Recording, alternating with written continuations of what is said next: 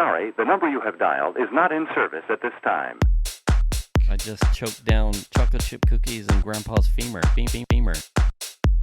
We make money now? No, we had to pay So them. this episode, it's just too slippery. I'm slicing everything. Every time I swing my 5-iron, it goes up that guy's ass. Welcome to the Sad Dads Club podcast. Here's your host, Jim and Foo. It's not 103 degrees. No. Was there a lot of ash all the way down? It was smoky. Was it? Yeah. Did you see? The whole state is smoky. We were driving home. We were leaving Orange County. Right. I'm not joking. There were like 3 huge fires going at the same time that we could see just from the LA freeways. It was like, oh, there's one. Oh my God, there's one there. And then we're like driveways. Oh my God, there's one there. And then on the way down, there was a fire. We're on the 210, like headed towards Santa Ana. Santa Clara. No. San Bernardino. All right. And we're going down the 210, and all of a sudden traffic stopped, and we could see all the smoke. There was a fire right next to the freeway that they had like a big crew, and they had all the lanes funneled down to the fast lane, so everybody had to like merge in. That's why it was slow. But it was like everything is fucking burning. Yes. Everything is burning. And what was even weirder is on the way down, I mean, I didn't ever really realize there was a fire there, I guess. I mean, there seems like they're everywhere. So just past Tracy on the 5 going south. Okay. Look out to my right, and I'm looking, and I'm like, the tops of the next range of mountains that you can see, the entire mountaintop was black. Like the length of, like I could see the whole ridge was black. And then I looked it up, and like sure enough, there was a fire in that area. I was like, oh shit, that's all black. Yeah. I mean, it's nuts. God, I blow the number, so I'm not going to say it, but it's in the multiples of last year. And last year, to me, was like the worst. Terrible. Yeah. Well, all the smoke that we're getting right now is the one that's from the fire when we did our Spirited Drive. That fire. That's all that smoke's coming down. That's why we're getting hit with all that ash. Yeah. I thought it was from one of the LNU or whatever complex fire that was like in Fairfield area. Yeah. Lake County-ish, somewhere over there. Yeah, that one's 91 or 2% contained. That one I don't think they have containment on really much of it all. You know what's not contained? Sad Dads Club podcast. You cannot contain us. Episode 103. We are burning. Well, we're burning. It's not hot. Not right now. But I would trade that off if the fucking state wasn't on fire. I think it's only not hot because there's so much fucking smoke in the air and ash. It's just blocking the sun. I saw one of those the overview satellite photos. Yeah. And because a lot of the press stuff local this morning was particularly the coast of the state was like the orange sky morning. Yeah. It was creepy. Yep. And then some of the satellite photos of the coast, I couldn't tell you the last time I saw westerly winds to the power and distance that I saw them blowing fires from central and the eastern part of the state and Oregon into the Pacific. Yeah. Like, I honestly didn't think wind and the way that outside a storm, like a major Alaskan storm where you get low pressure systems and all that bullshit. Yeah. I don't think I had ever seen wind blow that direction. Blow westerly. Yeah. To the distance that it went mid-Oregon State and eastern California State all the way into the Pacific by hundreds of miles. And it blanketed the entire middle and western portion of the state in smoke. Yeah. It was like, this is not normal. No. This is not normal. No. And last night when Venus and I did our run, that fire had created this weird like umbrella over this, at least our area. I don't know how far it stretched, but what it had done is it had created like an umbrella of like darkness right on top of us. Yeah. But it was, I think we left to run somewhere near 7 o'clock, so it was still early twilight. There was a lot of sun left. Yeah. So you could see, it was almost like a glow. Yeah. You could see the sun set Mm-hmm. to the left, but because it wasn't dark enough yet and the smoke cloud hadn't encompassed all the way to the east, you saw sun on the other side. It was so fucking, but she's like, it is. well, how is it lighting this way? I'm like, because the sun's not down yet. Yeah. But we're so covered in smoke, it's so dense that nothing's getting through on top of us. Yeah. But the light where there's no smoke over there on the Sierras on the eastern side, it's bouncing off the mountains, and we can see light. So it created this, another thing. Very ominous. I don't looking. think I'd never seen. This is so many mosquitoes. I'm gonna hate life. Very bizarre. So a video I saw on Twitter was I don't remember where exactly in Oregon, but somewhere in Oregon, and it was a little tiny town, and this lady was taking this video. It was 2:30 in the afternoon, and it was like early. It looked like it was like the sun was just getting ready to completely go down, except the sky was filled with smoke, obviously, but it was completely red. Like deep red. Wow. It was the most bizarre thing, and she just was talking, she was like panning across the street, and there's like a bar and like a truck parked outside, and like no one's out, and she says it's just totally raining ash. Whatever highway was somewhere near them, they had like blockaded so you couldn't go down. Right. Yeah, they are. Oh, bad you tonight. Almost got him. But that was very disturbing video to see, like how red the sky was, and the fact that it was noon. Yeah, and you know what I mean? read a report. I told Venus last night that someone doing news out of Montana, I think so it's Wednesday, so this would have been Monday. It was Sunday. They had fires and 95-degree heat in Montana. Yeah. And then the next day they had snow. Yeah. 35 degrees. Yeah. And it was like, we went from, I think I posted it as one of the hangouts. We went from summer to winter in less than 24 hours. Yeah. I mean, it's so bizarre what's going on right now. My friends, Jennifer and Joyce, live in Colorado, and they had the same exact thing. They had a situation where they were covered with smoke and all this kind of stuff, and hot, and literally the next day it was snowing. Yeah, Colorado's the same way. It's so bizarre. So weird. But I mean, I guess that's helpful for them for sure. But they definitely still have fires that are going. I think also. what's like, somewhat weird about this one, and that's why it's bizarre to me, because last year seemed so. It seemed much more like all hands on deck, because I feel like there was more people in danger or in the way of some. There more property damage in some of these fires that I don't feel like that's not impacted this way, even though there's multiples upon multiples of last year's instances of fires. It's very, like, I knew Paradise, when we came up from some we were getting stuff from the fires on the, coming out of LA County. Yeah. We smoke all the way up 5. Yeah. But yet not to the capacity where I knew where things. It is nuts. Oh, I think you got that one.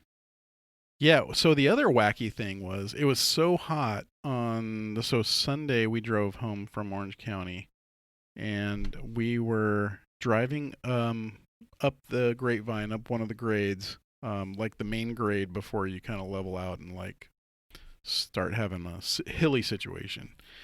And the caddy was telling me that the temperature was 119 degrees, and there were dead cars all up and down I-5. Dead cars up and down I-5, pulled over, like all makes, all models, all years, like burned up, overheated. And I saw the Cadillac's temperature raise like one of the notches on the thing, and I went, oh, shit. Well, it's getting real now. Yeah, it's getting real. So I kind of backed off because I think I was doing 70-something up the grade on cruise control. So I just like moved over a lane, settled back a little bit on the speed, didn't push it. And then I saw the temperature start to come down like right away. Right. And then as soon it was right before we got to the top, and then when we crested and it sort of like leveled out, then the temperature came back down to normal.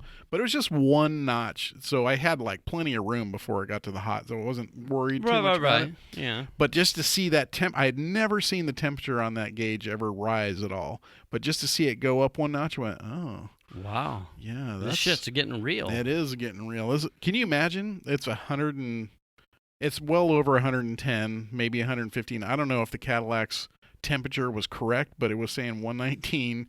If it's that hot and then you're stuck on the side of the highway waiting for your car to cool off, that would just suck. On the Grape Vine, there's nothing around there. No. You know? I mean, that's Grape Vine yeah. kills bitches. Yeah. Yeah. Yeah, I remember as a kid, we had a Plymouth Trail Duster, and we were coming from the Central Valley up over the Grape Vine into the LA area, and we were taking, that thing was a piece of shit. It was like a 74 or 5 or something like that. And that thing, we had to turn off the air and roll all the windows down and roll in the truck lane in the Plymouth Trail Duster, which is like a Bronco or you know, that kind of Chevy Blazer kind of thing. And that's how big of a piece of shit, because that thing would overheat. I remember, because we used to have, the last time I had a Grapevine talk with Venus's grandpa, I can't remember what city he said you used to stop in, but you would stop and you would get ice, and you would hang ice in your window, because air conditioning wasn't a thing. Yeah. But you would keep your windows rolled down and you would hang. The way he described it, it sounded a lot like... It's like convection cooling or something. Yeah. God, did you ever go to A&W when they would serve you with the trays that would hang on your windows? Yeah. It sounded like a lot like that, except it was some sort of box or apparatus that you would hang inside the car off the window. Yeah. So it was the last city where you could stop and you could get ice to fill and put in your car. Oh, that's funny. And then hopefully make it up the Grapevine. Yeah. Not only to keep you cool because you had to keep the windows down. Yeah. But in case you needed ice to put in your radiator, you kept it there handy. As well. I mean, there was another thing. So there apparently they used to do a thing with a bag, and they put it in a burlap sack, and they would tie that to the bumper and fill the bag with water, and the bag is in the burlap sack. So you wet the burlap sack, and so as you drive, the air hitting the burlap sack would cool, right? Because it's hitting the water. Okay. And then because of evaporative cooling, it would cool the water. Then you would have cold water. Oh, from your bumper. You know what? And that stuff doesn't go. That tech doesn't go away because I just saw a who is it? Ken Block. Test drove and hooned Sweden has a Rally E class. Is that the new Ford Mach-E? No. Well, that one I've saw. I missed it. Close. Fucking mosquitoes tonight. It was a Fiesta. Okay. That was tricked out by some German conversion company. So it's the rally cars that you and I would recognize, but they're all electric. And they have a radiator system that's cooled with dry ice. Oh, weird. So they pump fans that runs over the batteries, and it cools the batteries as he discharges and whatnot. Well, he's discharging at such a rate; those right, things got to be. But it's the same concept, right? Yeah. You've got something that's you're taking ice Uh-huh. or something and you're pumping it into the radiator because the device at which you're cooling. I mean, Yeah. it's not just a normal radiator with antifreeze and whatnot. Well, here's one of the things we talk about that I've talked to. I think me and Chandler had this conversation one time about how hey, there's another one. About how humans in general, we create these heat exchangers. Okay. Right?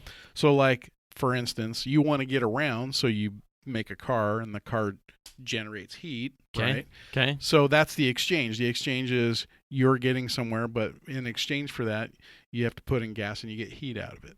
Right. Air conditioner, right? An air conditioner keeps us cool in a space, but the air conditioner is a heat exchange. You're drawing heat out of one area and expelling that to the outside, Right. and it's cooling inside, right? It's a Right. heat exchange. Right. So all of these things that we do as humans in general, and we talk about a lot about like the global warming aspect and like CO2 gases and all, whatever stuff that gets in the atmosphere and causes us problems from global warming aspect. Right. But what people don't talk about is the amount of heat exchanges as humans that we do all the time that are everyday things that we don't think about. Air conditioning, cars. Like think about like on a busy traffic freeway, how many cars are sitting there idling with their engines running, just producing heat. And Yeah. that heat goes out into the atmosphere and warms everything up around it, Right. right? A bunch of tiny little ovens. And it doesn't change when you have, electric cars necessarily. The batteries, as they expel energy, release heat, or as Yeah. they charge, they generate heat. Except they do have cooling systems, so there might be a little bit better in the sense that they're not completely expelling heat out into the atmosphere. Right. But it's kind of crazy to think about that kind of stuff, in my opinion. Like the air conditioning on your house. Every house has an air conditioner around us. Every house. Yeah. And when those are all humming, they are expelling a ton of heat.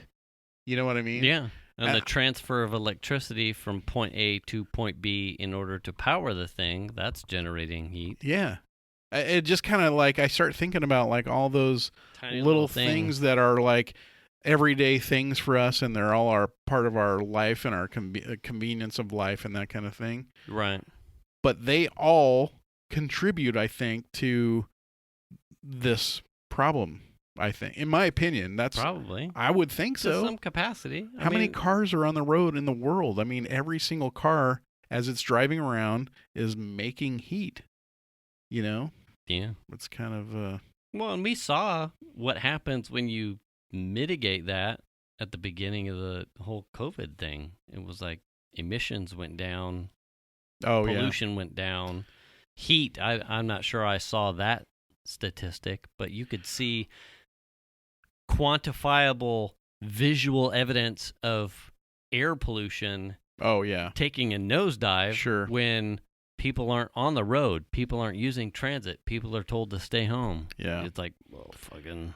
Well, I mean, that's the traditional way we think about, what I'm trying to say is, I mean, that's the kind of traditional thing we think about with global warming, is like the burning of fossil fuels and what goes out into the atmosphere. Right. But what we don't think about is all this stuff that we use all the Passively. time that just, that generates heat. I mean, even when you're driving your car, you're going to generate heat. You flip the air conditioner on to keep yourself cool in your car. That's generating even more heat in addition to just your normal driving. That's why I like to drive with the windows down. Yeah, well, and that goes out into the atmosphere. That heat has to go somewhere, and it's definitely counteracting some cooling somewhere else.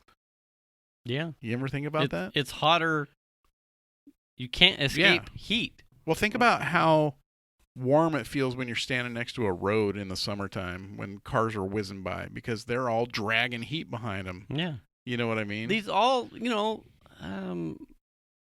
probably not micro, still too big, like nano climate situations where, the amount of friction being generated by cars on a road, the reflectivity of the roofs and the tire Tires. heat, Brakes. the road color itself, the absorption into the soil, and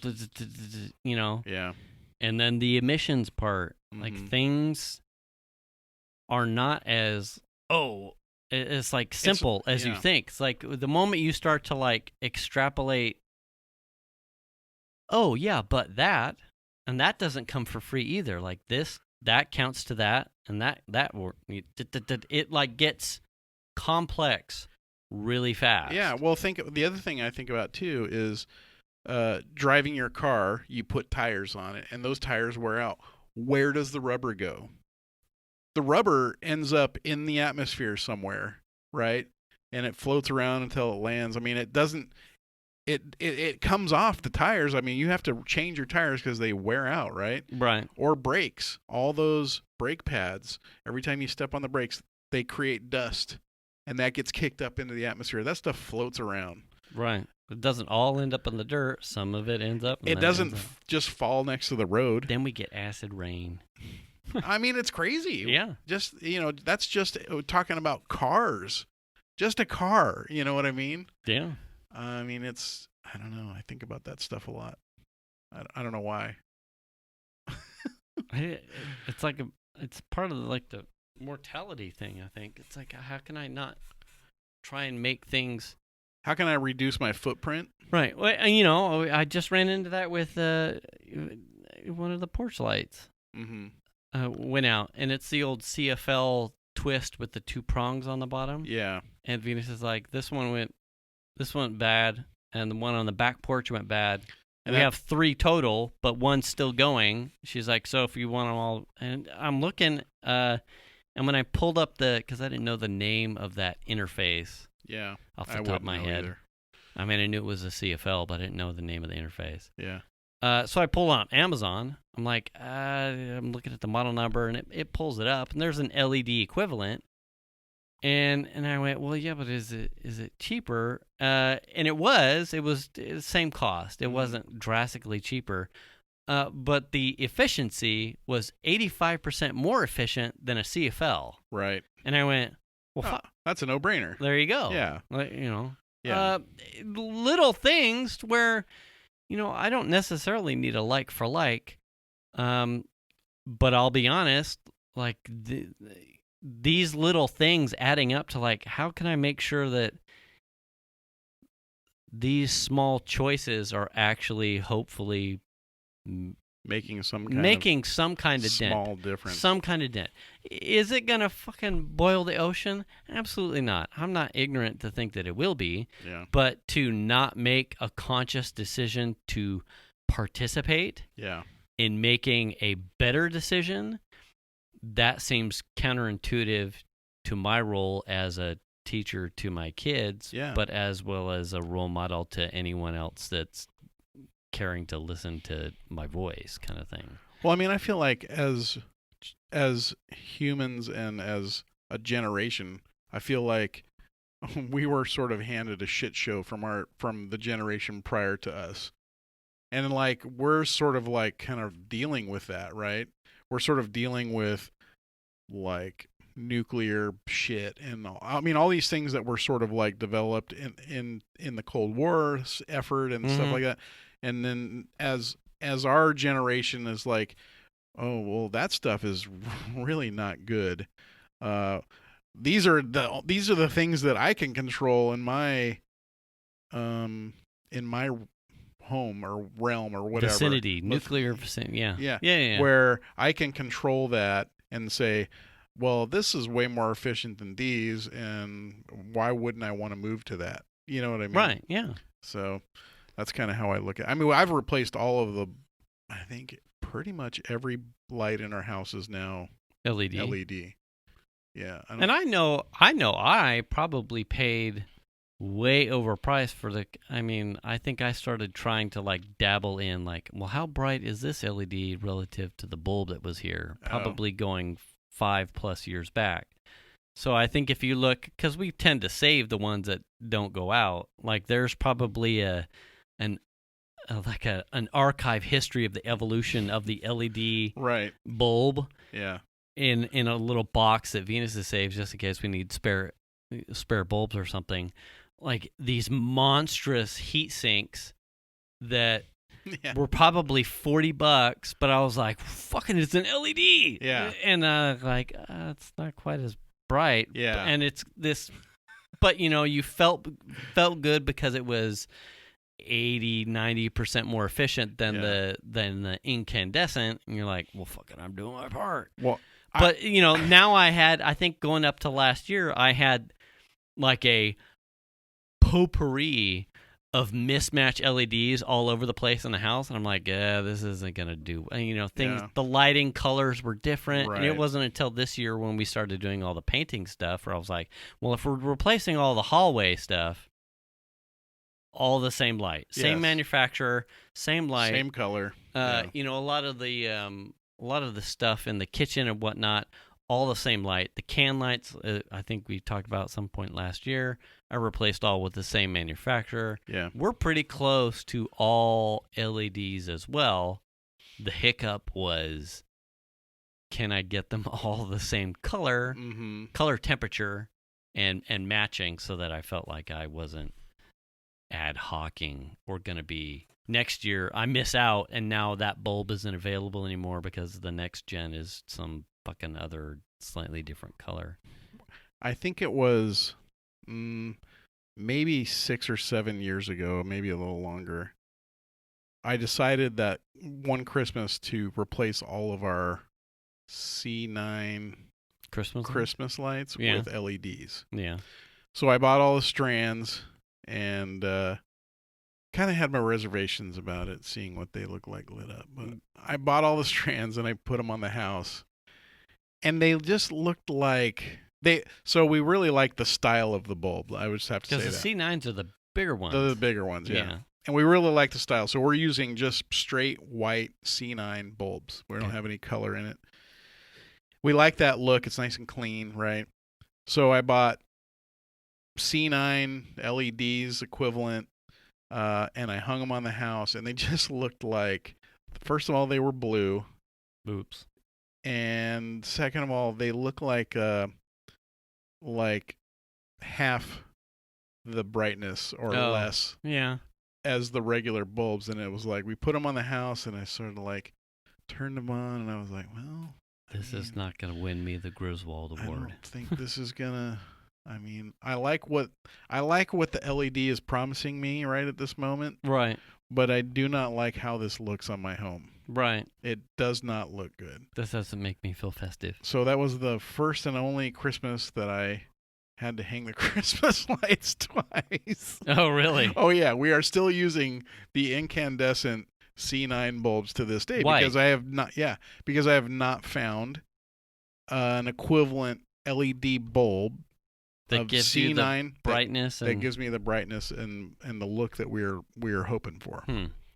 And I would imagine if I could find the right bulb, right, with the right strands with the right bulbs in it, and have it look the same. Right, you would do it? Oh, absolutely. I would do it in a heartbeat. But at this point, it hasn't happened. I'm wondering if this is my daughter, because... She want you to hang Christmas lights? No, it was Mike. Oh.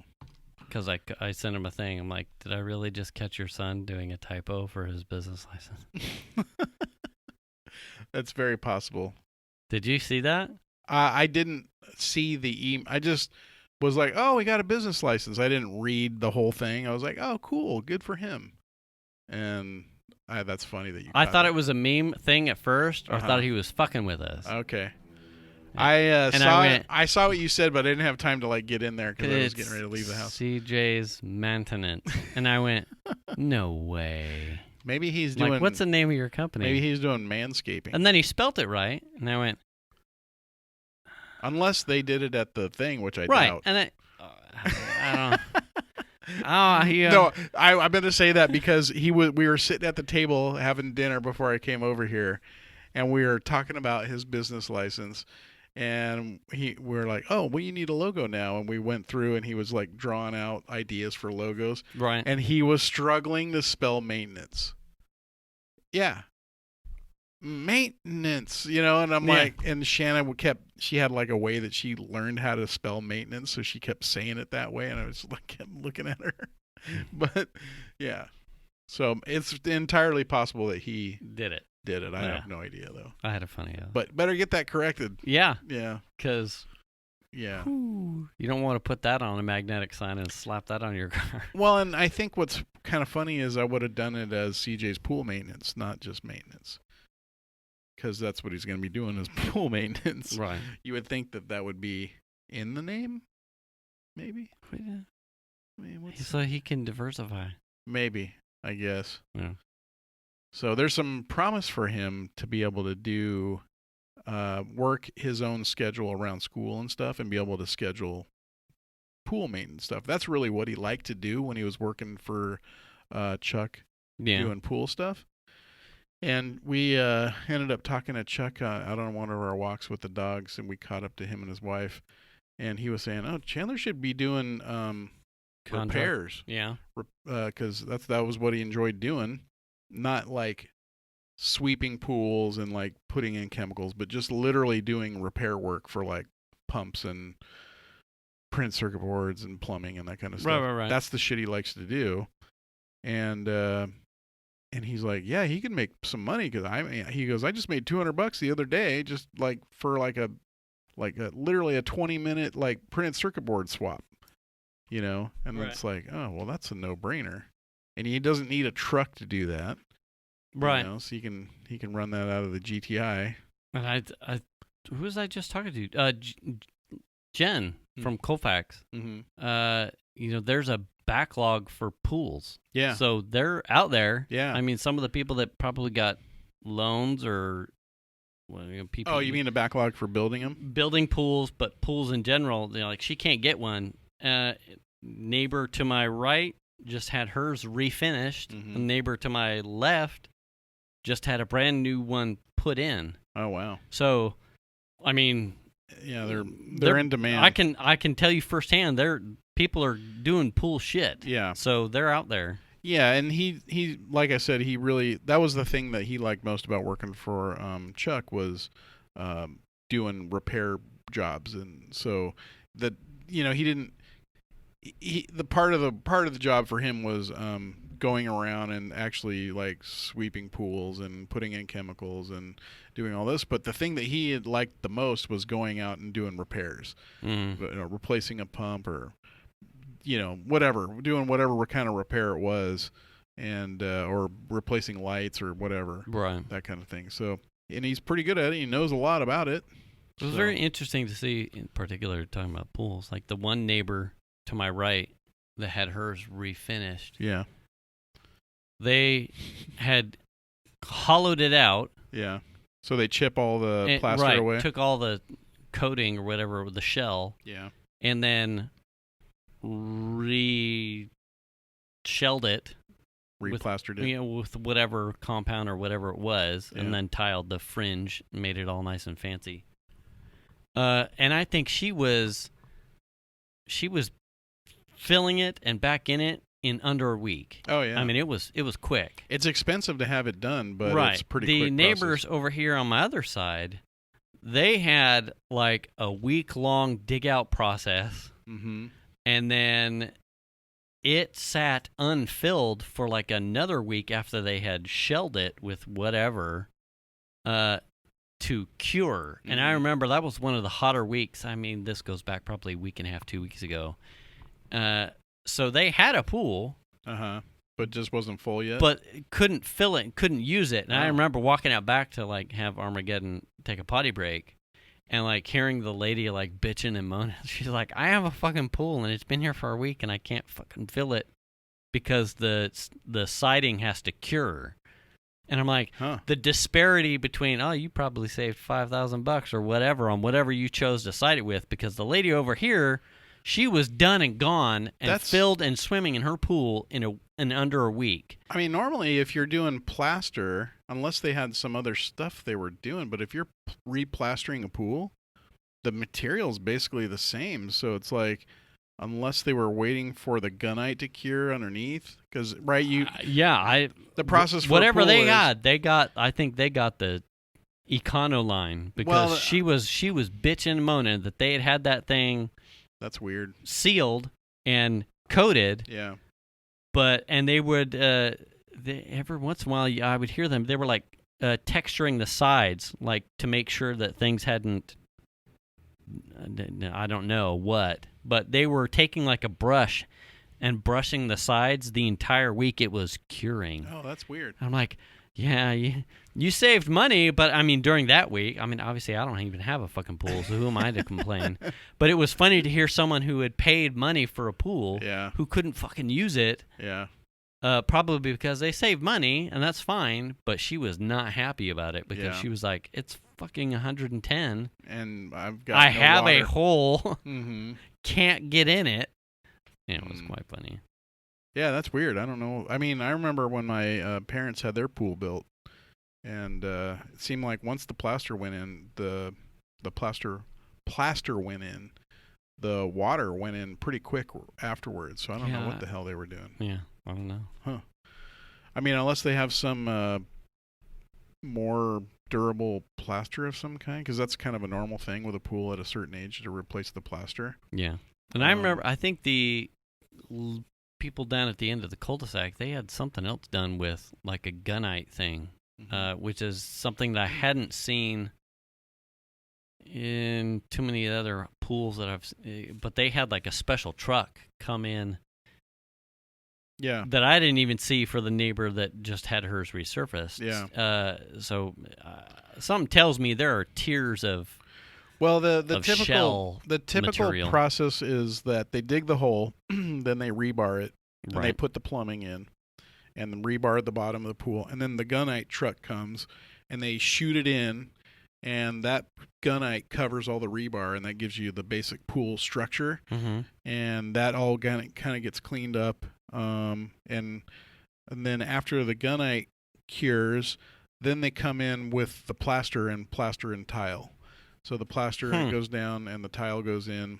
Maybe it's tile then plaster, but then once they put the plaster in, and the plaster has some time. I don't even think it has to fully dry before you can put water in it. I think once it's kind of set, it'll have some curing time, but it'll cure while it's in the water. I believe. Funny, Jen was talking to us about because they wanted a pool, but if you're building an in-ground.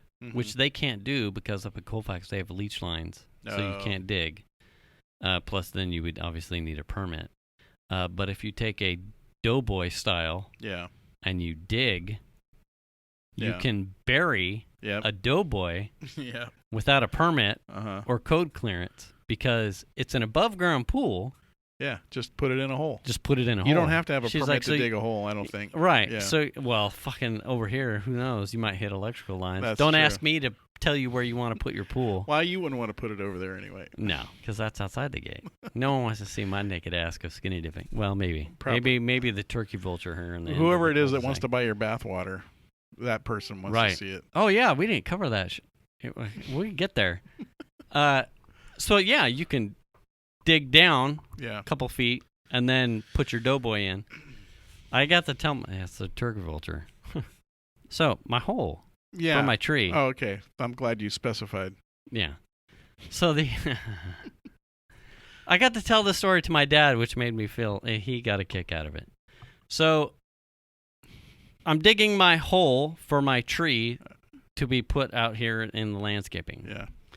Which we had a conversation about before the show started. It's a big hole. Yeah, that's true. It's huge. It's a good size hole. I figued you were digging a well or something. I don't know. You could. Yeah. And it's safe. There's no conduit or no electrical lines. Maybe. Hopefully. It's to the right, to the left. I should be in the middle. But I can only start digging. I dig after work. It's hot, so I'm digging after work. Yeah. The family in the corner of the cul-de-sac, I think both parents work. So I would grandma on either side of the family, I don't know which one, watches the kids that are there, the youngins. It just so happens that when I get done with my work and I go outside to start digging in the hole, one of the parents comes home and then grandma takes off. She leaves. So it's been really hot. So when I'm out here digging, I'm in like a sleeveless muscle shirt type of thing because this hot. A wife beater? Yeah. Okay. Hot as sin. Hot. It's really hot. Yes. So I'm out here with the fucking digging bar and shovels digging in the worst fucking dirt on the planet. And so things are puffed out. It's like I've been lifting. Okay. So you're swole? I'm swole as fuck. It's nice.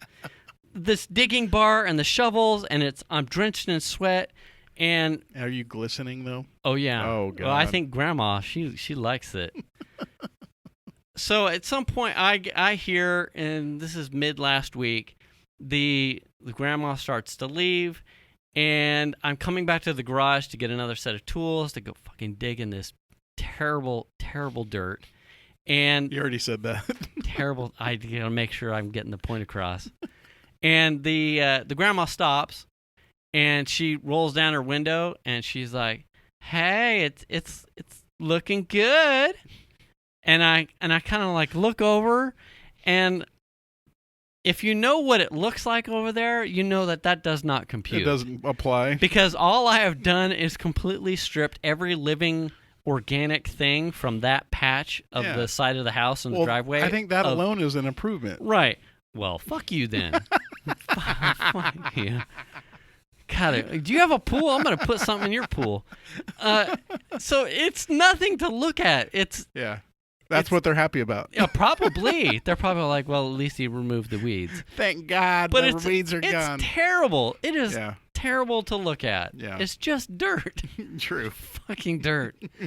And so, I'm kind of just making nice, and I'm like, okay, yeah, well, thank you. Yeah, we're getting there. And she's like, well, you're doing a good job. You're putting in the hard work. And I'm kind of like, all right. And Here's a shovel. I'm kind of caught off guard by the part where she's trying to give me compliments on how it just looks nice because it's just the fucking dirt. Yeah. And I make conversation about the lines. I'm like, I just wanted to put a tree here, but it turns out my wife told me to call the inspector, and right where I wanted to put a tree. Yeah. And she's like, wow, can you believe that? You found right where you shouldn't do it. And I'm like, I know, right? But then she kind of, as she started to pull away, I got like a lazy, that's some meat right there. And I didn't really think anything of it. Actually what she said was, and he's glistening. I'm gonna give me some of that meat right there. Where's my vibrator? Where's my personal massager? I need some iced tea in my personal massager. I've been quarantined for so long. So I go back. I'm digging, and then I walk in the house. I'm like, I just had the weirdest experience with. Anyway, she had some apparel that was questionable, but that's a whole other story for another show. For a grandma? Yeah. Oh. Even better. It was politically. You're just adding some fire to this story, man. Politically charged apparel that I didn't want to get into. Yeah. So I go in and I tell the story to the wife. I'm like, yeah, man, turkey vulture. Like, she just totally wanted to. Yeah. She's not a. Damn it. I can't. Not a MILF, but it was like a turkey vulture. I can't remember. It's a cougar?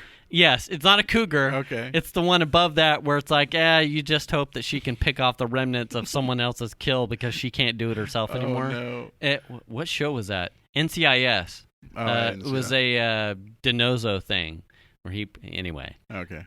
NCIS. So that aside, but that left me like, wow, I'm a hot to trot kind of thing. So we fast forward to some point, I think at the tail end of last week. And today I head back out there. Glistening. I'm glistening again. Shit's puffed out. I'm feeling good. I think I was hydrated, so I was in a fast pace on this shit. I'm digging. And did you at least put an easy up over the hole? There's nothing. Oh, Jesus. I'm just doing it raw. And now I just think you're just trying to egg someone on. I feel perhaps there was a subconscious like me. Uh-huh. So I'm digging my back to the street, but I hear the mom parent. She's driving up. I'm like, fuck. Okay, so we're about there. But I'm like making good progress on the hole. Yeah. So I hear at the backside periphery, I hear the grandma, she's over chirping her car alarm. And I'm like, What the is hell? she really doing that? Like to get me to turn around and look at the car? And I was so curious. I turned to look, and she is getting in her car, and she's already fucking waving. She's Oh, like, yeah. she's giving me like the. She was waving from her coochie. Oh yeah, she's flaps in the wind, bro. She was hot. Oh, not as hot as you were. Yeah, not as hot as I was. Yeah, apparently. So then, so I waved, but she didn't say anything. But she was. Oh, yeah. Look at me. Chirp, chirp, chirp, yeah. chirp. Like, yeah, I got it. So then I waved and, gave her the cordial. But because she wasn't saying anything, I went back to just shoveling and picking with the pry bar.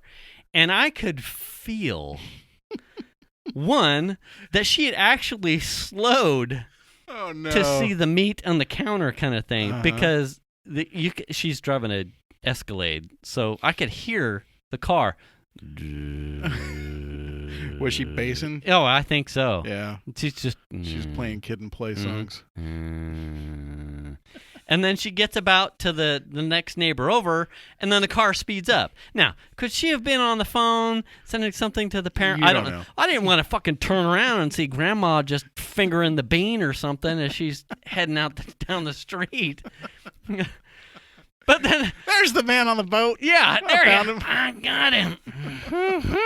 Well, this time I got my 12-volt adapter in here, and I'm the. Rev up the motor. I got it.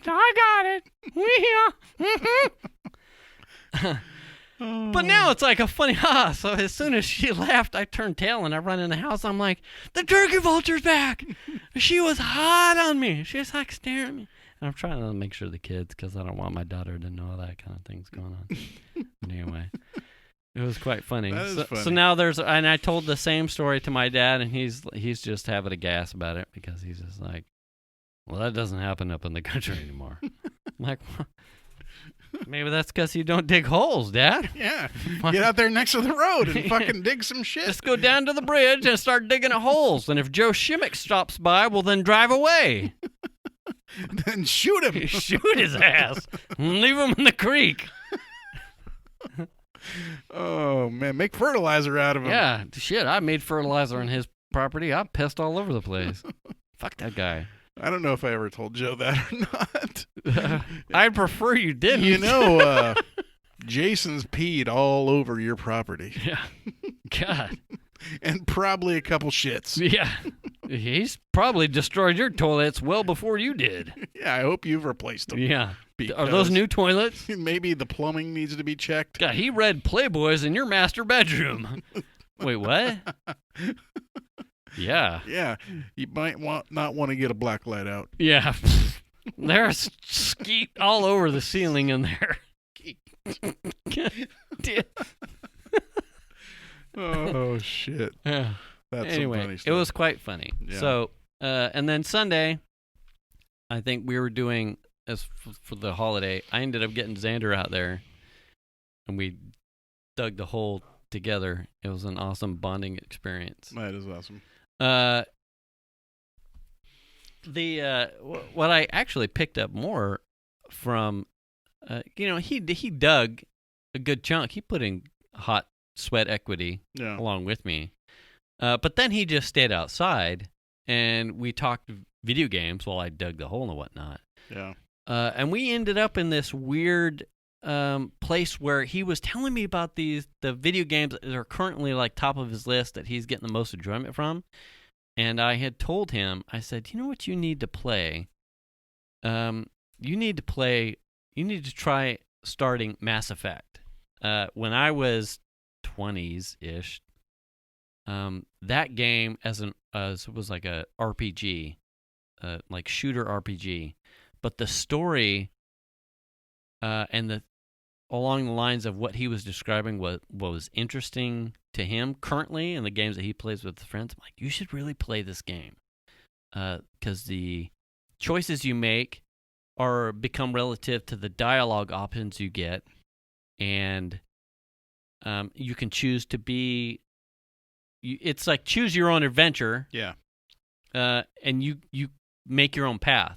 The game that you play will not be the same game I played because your decisions. You make the call. Yeah. It was, I think, $30 on Steam. I bought them. I'm like, I'll pay just to see if you like the game and how it goes for you.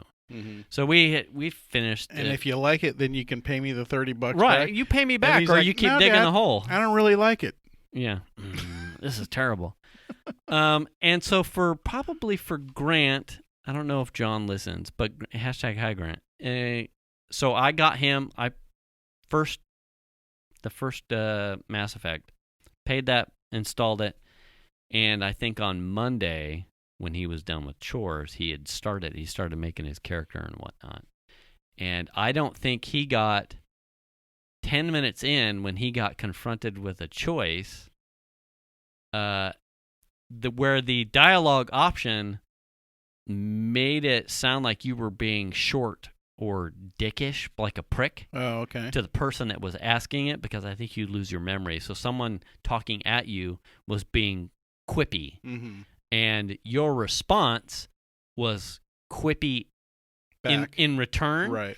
And he comes in and he's like, I don't know what to choose. Like, I don't want to be a dick. Yeah. I don't want to be a dick. And I went, I'm not going to tell you. Yeah. This is all you. Now it's you. Yeah. Yeah. This is all you. Pick the less of the two evils. Let it.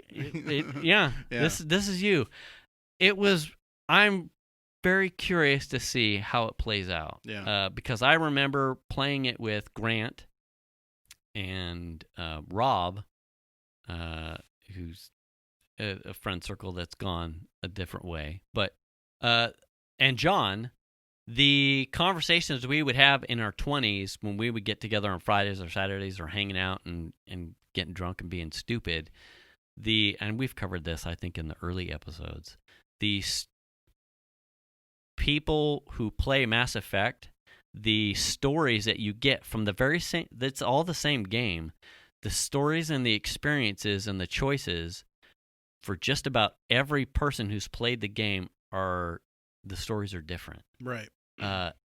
It's a cool thing to share, so I'm interested to see where his path goes. As long as he finds interest in the game, which I think we're doing okay on so far. Mm-hmm. I think he's probably got like an hour into it. It'll be interesting to share that experience with him. Yeah. Anyway. Yeah. I had my daughter finally got her car down to school. So you know, we talked about this last summer where she wrecked her car, and that was a really tough thing for all of us. Well, she went to school for that semester, came home at Christmas time, went back to school, and then COVID happened, and she came home, and she's been home since April or March. And we just took her back down to school, but she drove her car. Right. Her and my wife rode in her car. She drove the entire way. The whole way. Yeah, Good for I was her. so proud of her. She was nervous. She struggled over this thing, and she wanted to beat it. She was determined to beat it. So she drove past the spot on the wall that they stamped with the Civic, and so. But I ran interference with her. I let her drive up front. And whenever I knew she needed to go over, I would get over and then make sure she had room to to get over. She didn't have to worry about lane changes. You're running linebacker. Yeah, I ran interference for her. Yeah. But she drove the entire way, and I thought, oh, she's driving? When we left the house, she's driving. Okay. Interesting. Right. So we're not going to stop before we get to Stockton, so that means she's going to drive through Stockton? Okay. And then she drove through Stockton, and in fact, Chandler and I were in a conversation. We passed the stamp on the wall and didn't even. It was like, oh shit, yeah, we just missed it. For him and I, we sort of glossed over. But Melly was like, that was a hurdle for her. But then she ended up driving all the way. That was awesome. Yeah. I'm proud of her for doing it. So now now it's always hard to put yourself in, someone else's crucible kind of thing. Yeah. your perspective and how you get through it. Obviously, you kind of went past the mark. Yeah. But perhaps as a dad, you were more focused on the moment and making sure that the journey was safer. But for her, obviously, it was a completely different experience. Oh, yeah.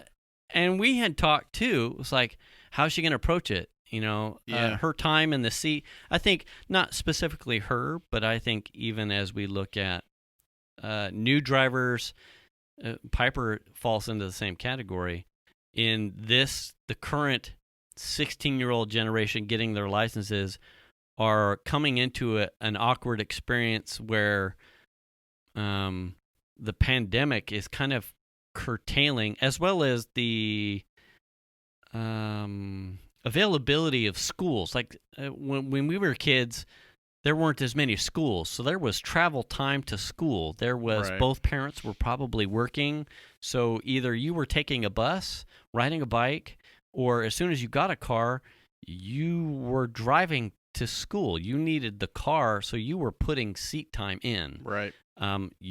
Melly, yeah, and like probably same vein Piper, are in a suburban situation where the availability to getting a ride or being so close in proximity to something where you don't need your own car removes seat time from drivers. Yeah. And so the experience, as you and I had talked, the only way to become more comfortable in a car is to be in the car.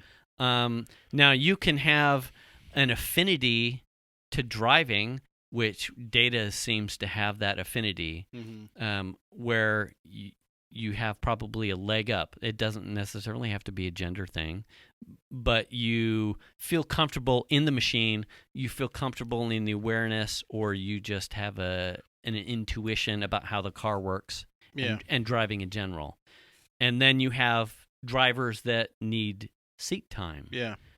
And I think that's the case for Melly. Right. I mean, she was in a situation where we kind of passed a car down to her, and it wasn't necessarily the car that she wanted. So she's not really into cars at all, but I mean, she was happy to have a car, and then not have a car and to like be 450 miles away at school is difficult when you're relying on other people, and maybe those people are busy, or you know. And I think in the last 2 years too, she had a boyfriend, who probably potentially did most of the driving. Oh, absolutely, because he was down there too. He lived not very far in Irvine, and so she was probably some of the seat time that she would have had if she was single or had an affinity to driving. Was removed because she had a partner. That she deferred to. Well, the big question I had with her, because knowing, as we're building plans to go down, was like we were driving in the car, and I said, so have you driven on the freeway at all since you had your Subaru? And she's like, well, not really. I haven't really had a need to go anywhere on the freeway. And it's like, yeah, I totally get that. Right. She was driving a lot around town, and she was very cool with being independent and like being able to, I have a car. I can go to Dutch Bros, or I can go here. I'm going to go to Michael's. I'm going to do this. So it was bebop thing. Yeah, bop around town. Well, in my opinion, honestly, the harder of the two types of driving is driving around town with people that are just totally unpredictable. Right? Freeway driving is, depending on how much traffic there is, much easier. Right. It's just there's a perception that it's harder or worse somehow. It's not, in my opinion. It's way easier than driving around town. You're not dealing with merges a lot. You're not dealing with stop and go traffic. You're not driving on a 3-lane road that you have to cross 3 lanes to like turn right somewhere coming up really quick. Right. There's all these things are removed from now the driving, and it's just 2 lanes, and either you're going faster than that guy and you need to get over and get around them or not. Right. So when I asked her that question, she was like, not really. I was like, okay. I kind of thought the worst, like, okay, so my wife's going to end up driving a bunch. Right. And so when she ended up driving the whole way, I was super proud of her. That was really That's awesome. Yeah. Yeah. I would say I'm surprised, but I think in what we've talked about her and her drive, Yeah. I'm not shocked that she did that. To me, that seems like a Melly. Like, I got to do it. I'm time. I'm proud too. As I mean, like a surrogate dad. It's been over a year. That's good for her. Right. I'm very proud. It has That's been good. over a year, and yeah, we're definitely. I was definitely proud of her. I wished it would have happened sooner. I think Right. that, from my opinion, she needed to get into the saddle a little quicker. Yeah. But that was hampered by the fact that she was so far away and buying a car. Right. Blah blah blah, the whole nine. Right. So there was some disconnect there where we wanted to help her buy a car. We wanted to help her look for a car, make sure that she wasn't getting ripped off, make sure she wasn't buying a piece of shit, those kind of things. Right. And so that's hard to do when she's like in Southern California. But so yeah, it worked out good. She did a good job. I drove at her pace. She's not a speed demon. Taught her. So that was really the first time she'd ever really had to, or not had to, but used cruise control. Mm-hmm. So like I called on the phone and I'm like, okay, we're on the freeway. We're past Stockton. There's not a lot of traffic. Let's talk about how to use cruise control. And talked her through how to use cruise control while I was driving behind her. Right. Here's the buttons. They're on your steering wheel. You have a button that says this. That's going to turn the system on. Then you have these buttons, and these are what they do. Right. This is how this works. You can hit cancel. You can hit the brake. That'll kill everything off, and it'll turn off. You can hit this button while you're going, and that'll increase. You can hit this button. That'll decrease. So she did. She ended up using the cruise quite a bit on the drive. I mean, she did really well. And is it what's the power plant in that Subaru that she has? Is it a turbo or is it just an NA? It's just a 4-cylinder boxer, yeah. And no problems going Grape Vine? Not that I know of. Yeah. They don't, what's weird about Subarus, they don't have temperature gauges. They just have a light on the dash that'll show up and it'll flash red if it's... oh, really? Yeah, it'll flash red if it's I can't picture. increasing in temperature, and it'll turn red if it's like critical. And in fact, it even turns blue when you first start it up until it warms up. And she was even careful about that. When you start it up and the thing turns blue, she would wait for it to warm up to temperature before she would start driving every time. Well, so she would get in the good car. on her. Yeah, well, I thought, oh, that's pretty cool. I mean, because the first time I saw that light, I'm like, why is there a blue temp gauge on the thing? What the fuck? And I had to get the user guide out and read it. Oh, okay, it's just a warm-up thing. They just don't want you, like, driving hard while it's blue. Oh, yeah. It's like, oh, okay, I get. But she would wait. Oh, the blue light's on? Yeah, I'll wait till it's warm. Good for her. Yeah. So she's down there with her own car. So awesome. And so we left on Sunday, and we're driving through the Grape Vine. My wife's talking to her. She was already at Albertsons, like, buying groceries. Good. So Good. Yeah. So that was kind of cool to see. We're at time. Just like that? Just like that. All right. That's a good one to edit on. Good new drivers. Yeah. That always makes me happy. Yeah, it was good, and so hopefully she continues on that. And baby steps, Yeah. I think probably the hardest part is, I can only imagine, is getting past the trauma of the fear.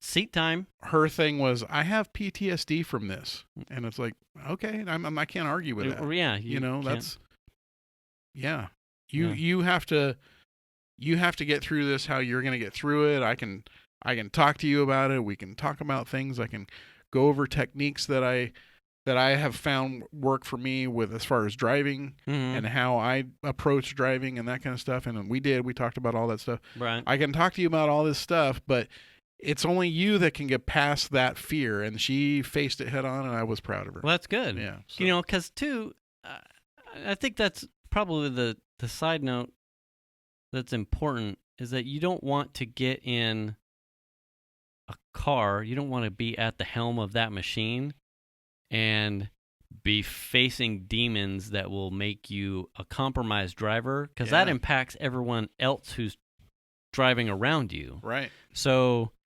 you need to be confident and you need to be sure in yourself as soon as you get in that seat, because if you're not, those choices trickle out like your light bulbs. Trickle out to the drivers around you. If I can't trust that the drivers around me aren't confident in the choices they're making in something as simple as a lane change, well, then that makes me over apprehensive. So to hear that she's gotten past that place and she's taking the small steps to be, I mean, that's all you can ask for. So awesome. I'm super proud as a surrogate sad dad. I know, it's cool. Let's leave it on that. That's it. That's good. All right. Well, thanks for listening, everybody. We appreciate the time. If you're putting in time to listen to our show, we want to say thank you. And, thank you.